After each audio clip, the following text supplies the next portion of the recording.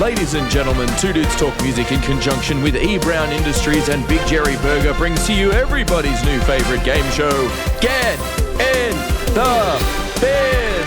Now, let's go to our host, Reverend Raph and the beer buddy, Kyle.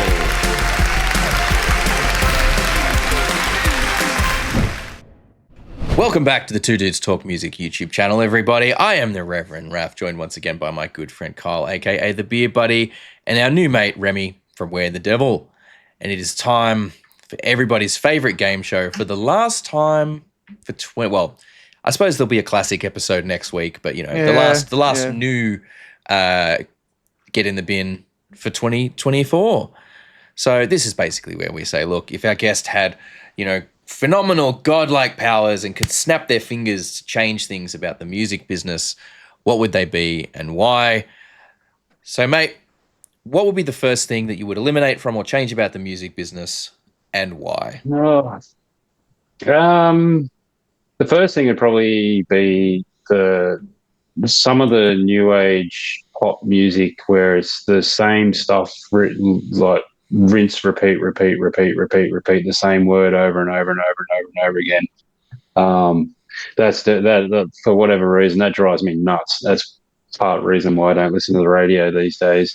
I don't know. I don't think it's a good idea to mention any specifics, but there are some that got really popular that was really popular with my kids, and just used to drive me crazy. When it's popular with your kids, you don't have a choice. Yeah, I don't want to sing. I don't want to see it, but I'm pretty sure Gucci Gang had a big role playing in that. It's a song, isn't it? Yes, it is. Yeah.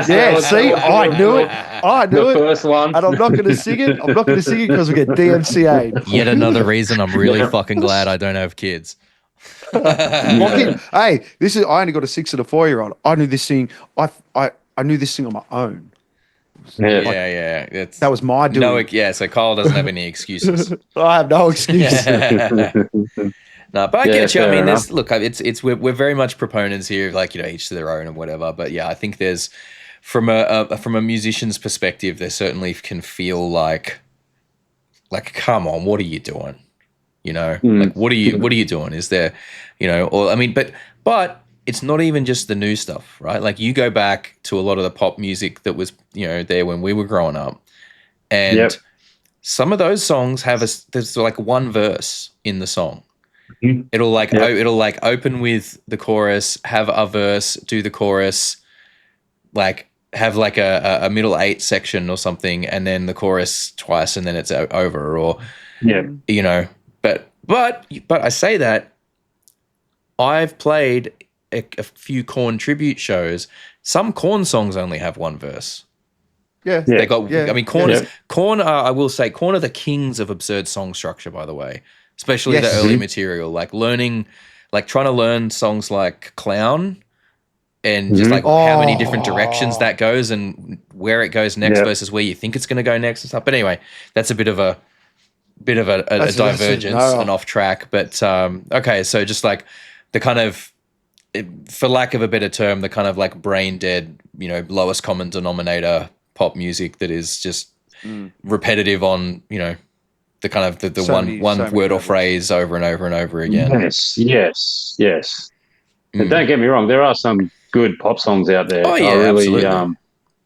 I really like some artists like Adele that has a raw voice, as like almost next to zero pitch correction on there. Real singers, you go back into the old days, they didn't have pitch correction. They had to do it right, and that was it. If you didn't do it right, well, you got nowhere. So, I do miss that sort of stuff. I don't know if that's a side, another one of the 3 things that I chuck away wasn't intended to be, but maybe a 1B, I would say, pitch correction, which is a lot of modern music is just riddled with it, especially in the pop side of things. So it's one thing to use it for an effect, like heavy pitch shifting for an effect is not. I'm not talking about that, but I'm talking about you take a crappy singer and then throw it through the wish wash machine and bring it out, and it's top quality songs to be released on the radio and stuff like that. That sort of rubs me the wrong way as well. But now it's like what you're talking about there, and you're right, you're dead on the point of how they find these, and they're just genuinely, or they are as people, when they may be interested in music, but they're when the record producer or the record company looks at them, they look at them as a marketable brand, and they don't just look at them for their music. They look at them as their image, presentation, what they come across through, what they can give on the internet. They're like, are they the whole package? And it is really sad because they're trying to make people celebrities as opposed to making musicians. Yeah. Yeah, exactly. They make them social media celebrities and they make pop stars instead of making musicians. Which is and that's very which is a funny thing, which used to be a piss take. It's like the whole basis of like what was that movie that Lonely Island did back in the day, where he was that mediocre rapper that brought out one song and he spent all his money on his posse with him all the time, and he was trying to break through, but he was just surrounded by yes men, and all he was just marketable until he wasn't the flavor of the month anymore. Yeah. There you go. And it's just a churn and burn cycle. Yeah, that's it. All right, cool. So we got an extra one in there. We got a 1 and a 1B. What's your second one? My second one would probably be the people in pits thinking it's a MMA bloody crowd killing stage fight. Yeah. I remember being in high school when it sort of was very much in its infancies, where we'd have like the school disco or whatever it used to be called back then, and there might be a heavy song come on, but then all the people that used to listen to metal were like, we got this. And then next thing you know, all the people that think they know what a mosh pit is came in, starts pushing and shoving, which was what it was in its infancy, but then that progressed into something of itself. And you see some people, they think, well, once you get into a pit, that it's like start throwing punches, start throwing kicks, instead of just enjoying the moment and going with it. Like, going around in a pit, in a pit circle is fine. Having a wall of death, can be somewhat considered dangerous. But when you throw in the punches and the kicks on top of that, it sort of brings down. It might only affect one person, but for that one person, could be the worst night of their life. When they didn't want anything except to enjoy themselves in there, and yet they got a punch in the back of the head, or a kick that's just a stray kick or a stray fist or something, even though they might not have been intended to be hit or anything. But some people, you see them and they just jump straight in there. You just see the arms and the legs going in there. Even if they're by themselves, you just know that you get too close to that guy, he's not thinking, and you may end up with one of those strays thrown at you. So that would probably be number 2. Yeah, I think it's just a matter of understanding your environment, right? Like, because if you're at a like, if it's a hardcore show and everyone in the pit's doing that, like, okay, whatever, that's one thing, like that's one environment. But I think just people, and because I'm not trying to police how people want to enjoy the show, right? Yes, but people need to read the room. I think is important, and because like I've been at metal shows, and there's where people are just not necessarily feeling like the vibe of jumping around and moshing a lot, right? And there's always that one guy that's sort of like kind of like stalking around and trying to go create a one person mosh pit or whatever. And I'm like, well, it's cool. Like, I dig that you're up for that and everything, but like, clearly that's not the energy everyone else is bringing tonight, so you might just have to deal with the fact that it's not going to happen. But like, and people that want to go, all right, well, it's a mosh pit, but then I'm going to dive in and be like, just doing like swinging blind elbows behind me and everything and blah blah blah. It's like, that's it. If that's not the vibe, man, if you're the only guy doing that in there, or like only a couple of people doing it in the room of hundreds of people, you need to chill the fuck out. Like, that's not what the vibe is. That's not what the space is. That's not what people are doing. So just Not just that, people do your research. Metal's been around long enough now and the great divide has come into the subsections of what metal is now, and you've got hardcore and metalcore and blah, blah, blah, blah, blah. It's going to piss people off, but I just lump it all under metal for same here, and I know, Yeah. I saw that in the Jimmy Kimmel comments. I was reading some of the comments after the Knock Loose thing, and they're going, that's not, by the way, that's not metal. Sorry, by the way, I'm going to put something in the bin. I'm going to put something in the bin. Right? People that are whinging about a metal band playing on Jimmy Kimmel can get in the fucking bin. All right? Yeah, you can fuck right off. They can get in the fucking bin. I saw some shit where some lady with the main one I've seen is this lady wrote a comment or a complaint. She's like, "Oh, we were watching Jimmy Kimmel with my adolescent son and blah blah blah, and my son was crying and blah blah blah." And I'm like, no, he didn't. I'm like, no, he didn't. and if a metal band on late night TV, as a very occasional thing, is enough to ruin your fucking day, then you are weak, your bloodline is weak, and you will not survive the winter. Yes. Okay? And I hope you stub your toe on every corner of every table that you ever encounter. Honestly, every chair. It won a Grammy. These guys won a Grammy. They fucking, it's award-winning shit. It's clearly popular and well-respected stuff, except that not all music is for all people. Anyway, so I didn't mean to sidetrack your segment there, mate, but it's just it got me going. I was just hot under the collar. I need to. Good on you, Raf. Get it out. Get it out. And if Knock Loose would like to come on the podcast and talk, yeah, I'd love that. Far out. Great. But yeah, sorry, mate. Okay, sure. So what would your what would your third one be? Do you think? Oh, well, it's probably my third one would mostly apply with America in particular, but it has been driving me up the wall seeing not just artists, musicians or singers or anything, but also actors and whatnot getting that politically involved to try and convince people to go one way or the other. That sort of drives me a bit nuts. I think that if you're a singer, you sing. That's your thing. If you're an actor, you act. That's your thing.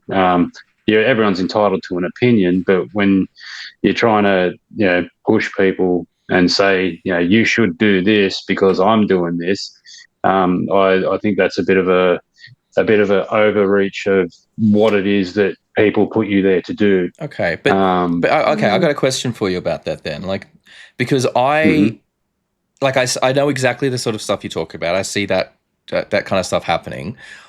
My question though is the way I take it, the way I receive that sort of stuff is always, and maybe it's just the way I interpret it, I don't know, but the way I kind of see it is it's not so much dictating you should vote X, Y, Z. I see it as I'm supporting this person or this political party or candidate or whatever for X, Y, Z reasons. And this is why I think what they're doing is good. So it's more just going, this is what this is my opinion on it. And here's why I think that this is, the best course. Granted, like I said, you might be sort of seeing different things where they are sort of trying to be more dictatorial about it and sort of saying, vote and do this or vote and do that. And I certainly think in some cases there's, people can feel very strongly. For example, Eminem's a great example there, because I know he did a whole thing about Trump and he was like, I'm drawing a line in the sand. You can't be a fan of mine if you're a supporter of Trump. You know what I mean? And it's okay, well, he's obviously got very strong views about that. And it's and I can see that people have platforms and they're well, this candidate I feel is very dangerous based, and it's very much against my views. So I'm going to use my platform to express that, but is that kind of what you've seen people being a bit more dictatorial about it, or is it just no, it's more of a, if you're a musician, I want to hear your music. I don't need to hear, I don't need to hear what, which way you swing. If you're an actor, I want to watch your movies. I don't want to hear, what you want to, which way you sway. I just I just want to hear your music. That's what I want to. I want to hear from you is music. That's it. I don't want to. I don't want to hear all the rest of the noise. There's already enough division. There's already enough everything else. I understand. Just give me the I music. understand exactly what you're saying. I come to you to get away from this stuff and be released from this stuff. Yes. Don't bring me. I understand exactly what you're saying. You use music and movies and these things to sort of to get away from the noise of the rest of the world. And fair. Well, music is one of those things that can bring the whole world together. Like if you've got something that the whole world can relate to, the whole world comes together as one. And like, you know what, that song is awesome. Agreed. Agreed. But I mean, music is also inherently tied with social change and political rebellion and stuff. So there is a connection. There is a connection there. I think it's just. I mean, everyone's going to have a different thoughts on how on where the line is. I guess. I see that as being a different thing. If your music is that thing, then that is your thing. And if I'm listening to that, I want to hear that. Okay. Yeah. You know what I mean? Like, yeah. Like you look at Rage Against the Machine. Yeah. I like Rage Against the Machine. So, I listen to their stuff. Well, I haven't listened to it for a little bit, like any new stuff. I don't think they have any new stuff. No, there hasn't. Well, I mean, they haven't. Any. No, they haven't. I think there was talk about them potentially maybe doing some new stuff, but then they've just kind of gone, nah, we're just going to call it all a day, and that's it. Yeah. Yeah, well, but I've listened to pretty much all their stuff, and that's politically motivated for the most part of it, and I'm fine with hearing that because I've chosen to listen to that. Okay. So you know what I mean? It's not that they have the opinions or anything. It's just I come to you to listen to your art or to see your art, and that's all I want to get. I don't need the rest of it. So that was where I might have come off the wrong way, but that's okay. That's why we talk about it, to get an understanding. It's all about discussion, and I think that this is something that this is just an advent of the modern age and the social media era, Internet. Right? Like, 30 years ago, when there was no social media, you really had no way of knowing what most of the artists, whether they be musicians, actors, whatever, there was no real way to know a lot of where their political leanings were, right? Like your only way that you would engage with these people was through consuming their art. Whereas, nowadays there's all these, it's easy the access is unprecedented. There's a lot of parasocial relationships, and the way that people connect and engage with their fans is so different from what it was then. So it's a lot, and that combined with the 24-hour news cycle and media sensationalism and all that puts that stuff out there in a way that it hasn't been in the past. And people like us, when we were young and growing up, it was the before times, and we've grown up through the whole change, and we've seen what it was before and now, and so we've seen it change into what it's become. Journalists used to have to tiptoe around a lot more. They used to have to actually come up with some substance. Well, that's the thing. Like, the generation prior to us kind of was mostly into adulthood a lot of the time, by the time, for the most part, by the time social media really started to proliferate. And the generation after us has grown up with social media. So we were really all they've had.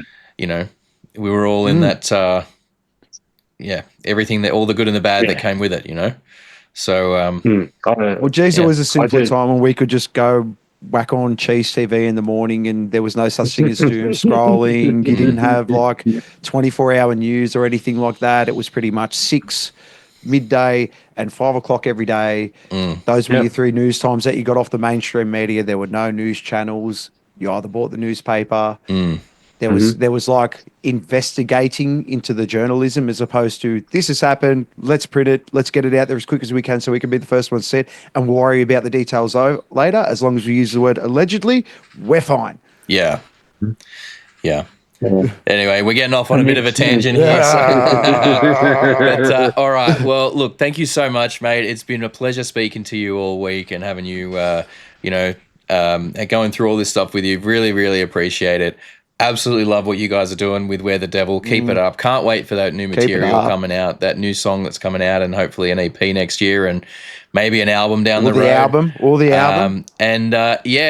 Once again, we will have all the links down in the description, so you should go and follow Where the Devil with what they've got going on. They do have a show coming up on the 3rd of January, so make sure you get around that one if you're on the Central Coast. Otherwise, thank you very much again to Remy. I have been the Reverend Raph. He has been the Beer Buddy Kyle. You guys have been amazing. We will catch you guys later. Peace out. Peace. Thank you so much for hanging out with us today. We really hope you had a good time. If you did, please consider hitting that subscribe button and the notification bell down there. It helps the channel grow. We are still a fairly young channel and we like to try and grow our audience all over the world.